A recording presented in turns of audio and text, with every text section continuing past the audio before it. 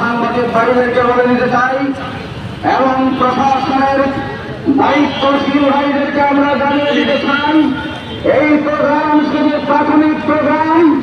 আমরা শুধু এই প্রোগ্রামের মাধ্যমে আপনাদের দৃষ্টি আকর্ষণ করতে চেয়েছি এই নাস্তিক মুক্তদের সর্বোচ্চ শাস্তির ব্যবস্থায় আপনারা যেন আপনাদের সেই আমাদের কাজ যেন বুঝতে পারেন এবং গণতান্ত্রিক ভাবে তাকে শাস্তির আওতায় আনতে পারেন।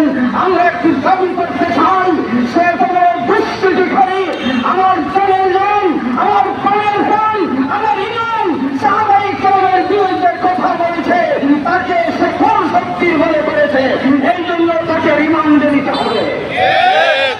আমরা আবার দাবি করছি তাকে রিমান্ডে নিতে হবে এবং তার পিছনে কারণ আছেন, তাদেরকে বের করে নিয়েছে মৌলবাদের নাস্তিকদের এই আক্রমণকে আমরা ধ্বংস করে দিতে চাই।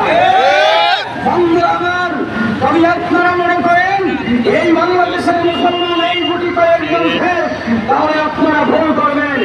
আমরা দাউদ হায়দারকে হারিয়েছি, আমরা পক্ষকার আলাউদ্দিনকে হারিয়েছি, আমরা তসলিমা নসরিনকে হারিয়েছি, আমরা আহমদ শরীফকে বাংলাদেশে প্রশ্নবিদ্ধ করে দিয়েছি।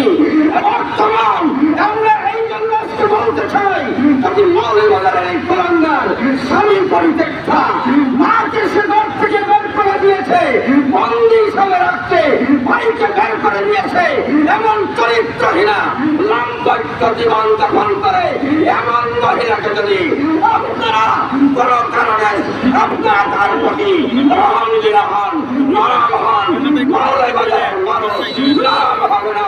গরমের কারণে বর্ষা বসে আমাদের রাস্তা, আমাদের মৌলবাদের কানায় কানায় পড়ে আন্দোলন সারা বাংলাদেশে দাঁড়িয়ে পড়বে ইনশাআল্লাহ।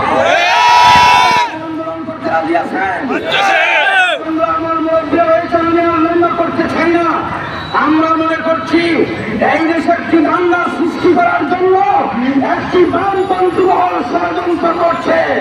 সুতরাং বামদের আস্তানাগুলো আমাদেরকে এখন থেকে খোঁজা খোঁজা বের করে মৌলবাদের বামপন্থী রামপন্থীদেরকে ধ্বংস করার কর্মসূচি হাতে নিতে হবে।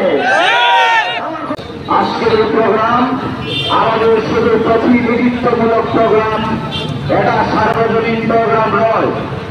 আমরা ইসলামী সংগ্রাম পরিষদ কর্তৃক আয়োজিত আজকের সম্মানিত উপস্থিতি, সম্মানিত মৌলবাদী, আমরা অত্যন্ত পরাক্রান্ত হৃদয়ে আজ এখানে হাজির হয়েছি।